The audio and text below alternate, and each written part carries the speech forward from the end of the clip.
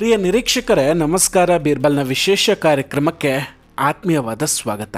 ವೀಕ್ಷಕರೇ, ಎಲೆಕ್ಷನ್ಗೂ ಮುಂಚೆ 5 ವರ್ಷ ಕಂಪ್ಲೀಟ್ ಆಗೋದಕ್ಕೂ ಮೊದಲೇ ಸರ್ಕಾರ ಬಿದ್ದೋಗ್ಬಿಡುತ್ತಾ?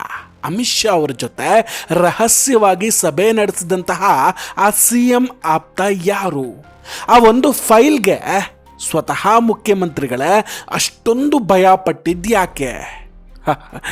ತುಂಬ ಖುಷಿ ಪಡಬೇಡಿ ವೀಕ್ಷಕರೇ, ಇದು ಪಶ್ಚಿಮ ಬಂಗಾಳದ ಮಮತಾ ಬ್ಯಾನರ್ಜಿ ಅವರಿಗೆ ಸಂಬಂಧಿಸಿದ ಸುದ್ದಿ. ಬಂಗಾಳದ ದೀದಿಯ ಅಧಿಕಾರದ ಕೊನೆಯ ದಿನಗಳು ಇನ್ನೇನೋ ಬಂದೇ ಬಿಟ್ಟಿದೆ. ಒಂದು ಗ್ರೀನ್ ಫೈಲ್ ಅವರ ಕೆರಿಯರನ್ನೇ ಸರ್ವನಾಶ ಮಾಡಲಿದೆ. ಒಂದು ಸಲ ಆ ಫೈಲ್ನಲ್ಲಿರುವಂತಹ ರಹಸ್ಯಗಳು ಬಯಲಾದರೆ ಮಮತಾ ಅವರ ರಾಜಕೀಯ ಜೀವನಕ್ಕೆ ಸಂಚಕಾರ ಕಟ್ಟಿಟ್ಟು ಬುತ್ತಿ. ಇದೆಲ್ಲದರ ನಡುವೆ ಮಮತಾ ಬ್ಯಾನರ್ಜಿಯವರ ಆಪ್ತ ದಿಢೀರಂತ ದೆಹಲಿಗೆ ಹೋಗ್ತಾರೆ. ಅಮಿತ್ ಶಾ ಅವರ ಜೊತೆ ರಹಸ್ಯವಾಗಿ ಸಭೆಯನ್ನು ನಡೆಸ್ತಾರೆ. ಅಷ್ಟಕ್ಕೂ ಆ ಗ್ರೀನ್ ಫೈಲ್ನಲ್ಲಿ ಅಂತಹದ್ದೇನಿದೆ? ಅಮಿತ್ ಶಾ ಅವರ ಜೊತೆ ರಹಸ್ಯ ಸಭೆ ನಡೆಸಿದ ಆ ದೀದಿಯ ಆಪ್ತ ಯಾರು?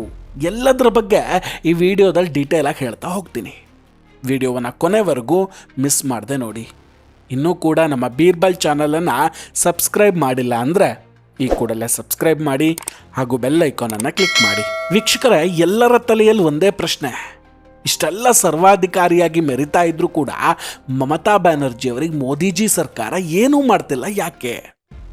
ED, IT, CBI, NIA ಯಾರು ಕೂಡ ಅವರನ್ನು ಮುಟ್ಟೋಕಾಗ್ತಿಲ್ವಲ್ಲ, ಹೇಗೆ?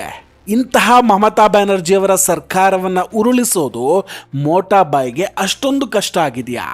ಇದೆಲ್ಲದಕ್ಕೂ ಈ ವಿಡಿಯೋದಲ್ಲಿ ನಿಮಗೆ ಉತ್ತರ ಸಿಗಲಿದೆ. ವೀಕ್ಷಕರೇ, ಮಮತಾ ಬ್ಯಾನರ್ಜಿ ಅವರು ಇತ್ತೀಚೆಗೆ ಮುಖ್ಯಮಂತ್ರಿ ಕಚೇರಿಯಿಂದ ಮಾಡಿದಂತಹ ಭಾಷಣ ದೇಶದಾದ್ಯಂತ ಸಂಚಲನ ಮೂಡಿಸುತ್ತೆ.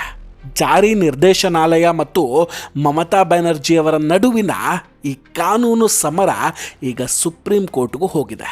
ಪಶ್ಚಿಮ ಬಂಗಾಳ ಇವತ್ತು ಈ ರಾಜ್ಯದ ಪರಿಸ್ಥಿತಿ ಹೆಂಗಿದೆ ಅಂದರೆ, NIA ತಂಡ ದಾಳಿ ನಡೆಸೋಕೆ ಹೋದಾಗ ಅವರ ಮೇಲೆಯೇ ಹಲ್ಲೆ ಆಗಿಬಿಡುತ್ತೆ, ರಕ್ತ ಸುರಿಯುತ್ತೆ.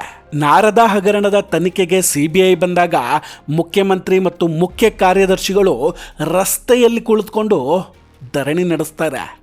CBIಗೆ ನೋ ಎಂಟ್ರಿ ಅಂತ ಆವಾಜ್ ಹಾಕ್ತಾರೆ. ಎಂಥ ದುರಂತ ಅಂದರೆ, ಗಡಿಯಲ್ಲಿ ಬೇಲಿ ಹಾಕೋಕೆ ಕೂಡ BSF ಸೈನಿಕರಿಗೆ ಭೂಮಿಯನ್ನು ಕೊಡೋದಕ್ಕೆ ರಾಜ್ಯ ಸರ್ಕಾರ ಒಪ್ಪೋದಿಲ್ಲ. ಹೈಕೋರ್ಟ್ ಆದೇಶ ನೀಡಿದ್ರು ರಾಜಕೀಯ ಕಾರಣವನ್ನು ಕೊಟ್ಟು ತಡ ಮಾಡ್ತಾನೆ ಬಂದಿದೆ. ಅದಾದಮೇಲೆ ದೇಶದ ಸೈನ್ಯ BJPಯ ಏಜೆಂಟಾಗಿ ಕೆಲಸ ಮಾಡ್ತಿದೆ ಅಂತ ಮುಖ್ಯಮಂತ್ರಿ ಕಚೇರಿಯಲ್ಲಿ ಕೂತ್ಕೊಂಡು ಟೀಕೆ ಮಾಡ್ತಾರೆ. ಆದರೆ ED ದಾಳಿ ನಡೆದಾಗ ಮುಖ್ಯಮಂತ್ರಿಯವರು ಹಿಂಬಾಗಿಲಿನಿಂದ ಓಡೋಗಿ ಈ ಹಸಿರು ಫೈಲ್ಗಳನ್ನು ಎದೆಯಲ್ಲೇ ಹಚ್ಕೊಂಡು ಹೊರಗೆ ಓಡಿ ಬರ್ತಾರೆ.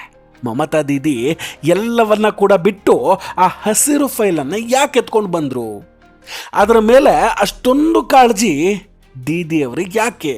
ನೋಡಿ, ಭಾರತದ ಇತಿಹಾಸದಲ್ಲೇ ಮೊದಲ ಬಾರಿಗೆ ಹೈಕೋರ್ಟ್ನ ನ್ಯಾಯಾಧೀಶರು ಈ TMCಯ ಗೂಂಡಾಗಳು ನ್ಯಾಯಾಲಯವನ್ನು ಮುತ್ತಿಗೆ ಹಾಕಿದಾಗ ದಯವಿಟ್ಟು ಶಾಂತವಾಗಿರಿ, ನನಗೇನು ಕೇಳಿಸ್ತಿಲ್ಲ ಅಂತ ಕೈ ಮುಗಿದು ಬೇಡುವ ಪರಿಸ್ಥಿತಿ ಬಂದಿತ್ತು. ನ್ಯಾಯಾಂಗ, ಸೈನ್ಯ, BSF ಮತ್ತು ತನಿಖಾ ಸಂಸ್ಥೆಗಳೆಲ್ಲವೂ ಕೂಡ ಅಲ್ಲಿ ಕೆಲಸ ಮಾಡೋದಕ್ಕೆ ಸಾಧ್ಯವೇ ಆಗ್ತಿಲ್ಲ. ಅಂತಹ ಪರಿಸ್ಥಿತಿ ಅಲ್ಲಿ ನಿರ್ಮಾಣ ಆಗಿದೆ. ಬೇರೆ ಎಲ್ಲ ಬಿಡಿ, ಕೇಂದ್ರ ಗೃಹ ಸಚಿವ ಅಮಿತ್ ಶಾ ಅವರು ಬಂಗಾಳಕ್ಕೆ ಹೋದರೆ ಅಲ್ಲಿ ಹೇಳ್ತಾರೆ ದೀದಿ ಅವರ ಹೋಟೆಲ್ ರೂಮಿಂದ ಹೊರಗೆ ಬರೋಕೆ ಬಿಟ್ಟಿದ್ದೇ ಹೆಚ್ಚು ಅಂತ. ಒಂದು ರಾಜ್ಯದ CM ಆಗಿ ಕೇಂದ್ರ ಗೃಹ ಮಂತ್ರಿಗಳಿಗೆ ಆಡೋ ಮಾತಾ ಇದು? ಪಶ್ಚಿಮ ಬಂಗಾಳದಲ್ಲಿ ಈಗ ನಡೀತಾ ಇರೋದು ಕೇವಲ ರಾಜಕೀಯ ಯುದ್ಧ ಅಲ್ಲ ವೀಕ್ಷಕರೇ, ಇದು ಭಾರತದ ಅಸ್ತಿತ್ವಕ್ಕಾಗಿ ನಡೀತಾ ಇರುವಂತಹ ಕಾಳಗ. ಅಂದಹಾಗೆ ಮಮತಾ ದೀದಿಯವರವತ್ತು ತನ್ನ ಎದೆಯಲ್ಲಿ ಬಚ್ಚಿಟ್ಕೊಂಡು ಓಡಿ ಹೋಗ್ತಿದ್ದಂತಹ ಆ ಫೈಲ್ನಲ್ಲಿ ಅವರ ಪ್ರಾಣವೇ ಅಡಗಿತ್ತು. ಅವರ ರಾಜಕೀಯ ಭವಿಷ್ಯ ಕೂಡ ಅದರ ಮೇಲೆಯೇ ನಿಂತ್ಕೊಂಡಿದೆ. ಹಾಗಾದರೆ ಆ ಗ್ರೀನ್ ಫೈಲ್ನ ರಹಸ್ಯ ಏನಿತ್ತು ಅದರಲ್ಲಿ? ವೀಕ್ಷಕರೇ, ಆ ಫೈಲ್ನಲ್ಲಿ ಒಂದಷ್ಟು ಡೇಟ್ಸ್, ಹಣದ ಮೊತ್ತ, ಅಧಿಕಾರಿಗಳ ವರ್ಗಾವಣೆಯ ಸಂಪೂರ್ಣ ಪಟ್ಟಿ ಇದೆ. ಪ್ರತೀಕ್ ಜೈನ್ ಮತ್ತು ಮಮತಾ ಬ್ಯಾನರ್ಜಿ ನಡುವಿನ ಆರ್ಥಿಕ ವಹಿವಾಟುಗಳ ಬಗ್ಗೆ ಕೂಡ ಅದರಲ್ಲಿ ಮಾಹಿತಿ ಇದೆ ಅಂತ ಕಾಂಗ್ರೆಸ್ ನಾಯಕ ಅಧೀರ್ ರಂಜನ್ ಚೌಧರಿ ಅವರು ಹೇಳ್ತಾರೆ. ನೋಡಿ, ಪಶ್ಚಿಮ ಬಂಗಾಳ ಬರೀ ಹಗರಣಗಳಲ್ಲೇ ತುಂಬಿಕೊಂಡು ಹೋಗಿದೆ.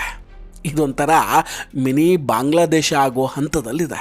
ಶಿಕ್ಷಕರ ನೇಮಕಾತಿ ಹಗರಣ, ಶಾರದಾ ಹಗರಣ, ಕಲ್ಲಿದ್ಲು ಹಗರಣಗಳಲ್ಲಿ ಸಚಿವರುಗಳ ಹೆಸರಿದೆ.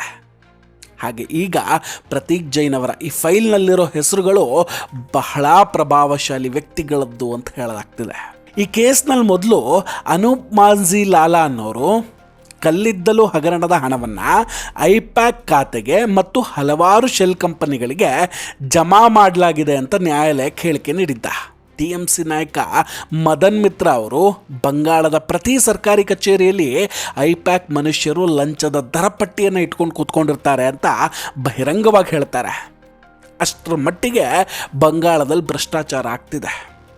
ಈಗೊಂದು ಕುತೂಹಲಕಾರಿ ವಿಷಯ ಏನಂದರೆ, TMCಯ second in command Abhishek Banerjee ದೆಹಲಿಗೆ ಹೋಗಿ BJPಯ ಹಿರಿಯ ನಾಯಕರನ್ನ ಭೇಟಿ ಮಾಡಿದ್ದಾರೆ.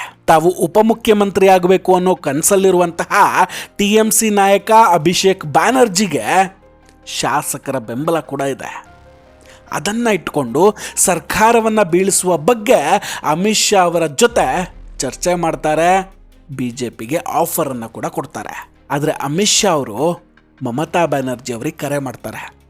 ನಿಮ್ಮ ಸೆಕೆಂಡ್ ಲೆಫ್ಟಿನೆಂಟ್ ನಮ್ಮ ಬಳಿ ಬಂದಿದ್ದರು, ನಾವು ಈಗ ನಿಮ್ಮ ಸರ್ಕಾರವನ್ನು ಬೀಳಿಸೋದಿಲ್ಲ, ಆದರೆ ಚುನಾವಣೆಯಲ್ಲಿ ಮಾತ್ರ ನಿಮ್ಮನ್ನು ಹೀನಾಯವಾಗಿ ಸೋಲಿಸ್ತೇವೆ ಅಂತ ಸವಾಲು ಹಾಕ್ತಾರೆ. ಎಲ್ರಿಗೂ ಗೊತ್ತಿದೆ, ಮಮತಾ ಬ್ಯಾನರ್ಜಿ ಮತ್ತು ಅಭಿಷೇಕ್ ಬ್ಯಾನರ್ಜಿ ನಡುವಿನ ಸಂಬಂಧ ಇತ್ತೀಚೆಗೆ ಹಳಸೋಗಿದೆ. ಬಂಗಾಳದಲ್ಲಿ ಮಮತಾ ಬ್ಯಾನರ್ಜಿಯವರ ಮೇಲೆ ವೈಯಕ್ತಿಕವಾಗಿ ಭ್ರಷ್ಟಾಚಾರದ ಕಲೆ ಇಲ್ಲ ಅಂತ ಜನ ನಂಬ್ತಾರೆ. ಆದರೆ ಅಭಿಷೇಕ್ ಬ್ಯಾನರ್ಜಿ ಭ್ರಷ್ಟ ಅನ್ನೋ ಅಭಿಪ್ರಾಯ ಇದ್ದೇ ಇದೆ.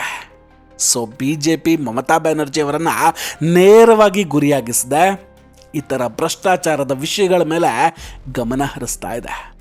ಇಷ್ಟೆಲ್ಲ ಇದ್ದರೂ ದೀದಿಗೆ ಇಷ್ಟೊಂದು ಬೆಂಬಲ ಹೇಗೆ ಸಿಗ್ತಾ ಇದೆ? ಹಾಗಾದರೆ ಅಲ್ಲಿನ ಜನ ಮತ್ತೆ ಮತ್ತೆ ಅವರನ್ನೇ ಆಯ್ಕೆ ಮಾಡ್ತಿದ್ದಿದ್ದು ಹೇಗೆ? ಅಲ್ಲೇ ನೋಡಿ ಇರೋದು ಅಸಲಿ ವಿಷಯ. ಬಂಗಾಳದಲ್ಲಿ ಭದ್ರಲೋಕ್ ಅನ್ನೋ ಮೇಲ್ಜಾತಿ ಬಂಗಾಳಿಗಳು ಮತ್ತು ಮುಸ್ಲಿಮರು ಅಧಿಕಾರವನ್ನು ನಿಯಂತ್ರಿಸ್ತಾರೆ. ಈ ಭದ್ರಲೋಕ್ಗಳು ಮಾಧ್ಯಮ, ಚಲನಚಿತ್ರ ಮತ್ತು ಸಾಹಿತ್ಯ ರಂಗವನ್ನು ಆಕ್ರಮಿಸಿಕೊಂಡಿದ್ದಾರೆ. ಇದನ್ನು ಮುರಿಯೋದು BJPಗಲ್ಲಿ ದೊಡ್ಡ ಸವಾಲು. ಸದ್ಯ ಇಡೀ ಪಶ್ಚಿಮ ಬಂಗಾಳದ ಪೊಲೀಸ್ ಕಮಿಷನರ್, ಮುಖ್ಯ ಕಾರ್ಯದರ್ಶಿ ಮತ್ತು ಮುಖ್ಯಮಂತ್ರಿಗಳ ವಿರುದ್ಧ ಈಗ FIR ದಾಖಲಿಸೋದಕ್ಕೆ ಸುಪ್ರೀಂ ಕೋರ್ಟ್ನಲ್ಲಿ ಮನವಿಯನ್ನು ಮಾಡಿಕೊಂಡಿದೆ ಇಡಿ. ಪ್ಲಾಸಿ ಕದನದ ನಂತರ ಬಂಗಾಳದಲ್ಲಿ ನಡೀತಾ ಇರುವಂತಹ ಮುಂದಿನ ವಿಧಾನಸಭಾ ಚುನಾವಣೆ ಇನ್ನೊಂದು ಭಯಾನಕ ಯುದ್ಧ ಆಗೋದಂತೂ ಗ್ಯಾರಂಟಿ ಅನ್ನಿಸ್ತಾ ಇದೆ. ವೀಕ್ಷಕರ, ಇದೆಲ್ಲದರ ಬಗ್ಗೆ ನಿಮ್ಮ ಅಭಿಪ್ರಾಯ ಏನು? ಬಂಗಾಳದ ಈ ಪರಿಸ್ಥಿತಿಯ ಬಗ್ಗೆ ನಿಮ್ಮ ಒಪಿನಿಯನ್ ಏನು? ದಯವಿಟ್ಟು ಕಮೆಂಟ್ ಮಾಡಿ ತಿಳಿಸಿ. ನಾವು ಕೊಟ್ಟಂತಹ ಮಾಹಿತಿಗಳು ನಿಮಗೆ ಇಷ್ಟ ಆಗಿದ್ದರೆ ದಯವಿಟ್ಟು ವಿಡಿಯೋವನ್ನು ಲೈಕ್ ಮಾಡಿ ಹಾಗೂ ಶೇರ್ ಮಾಡಿ. ಇನ್ನೂ ಕೂಡ ನಮ್ಮ ಬೀರ್ಬಲ್ ಚಾನಲನ್ನು ಸಬ್ಸ್ಕ್ರೈಬ್ ಮಾಡಿಲ್ಲ ಅಂದರೆ ಈ ಕೂಡಲೇ ಸಬ್ಸ್ಕ್ರೈಬ್ ಮಾಡಿ ಹಾಗೂ ಬೆಲ್ ಐಕಾನನ್ನು ಕ್ಲಿಕ್ ಮಾಡಿ. ನಮಸ್ಕಾರ, ಟೇಕ್ ಕೇರ್ ಆ್ಯಂಡ್ ಬಾಯ್ ಬಾಯ್. ಮತ್ತೆ ಭೇಟಿಯಾಗೋಣ. ಜೈ ಹಿಂದ್.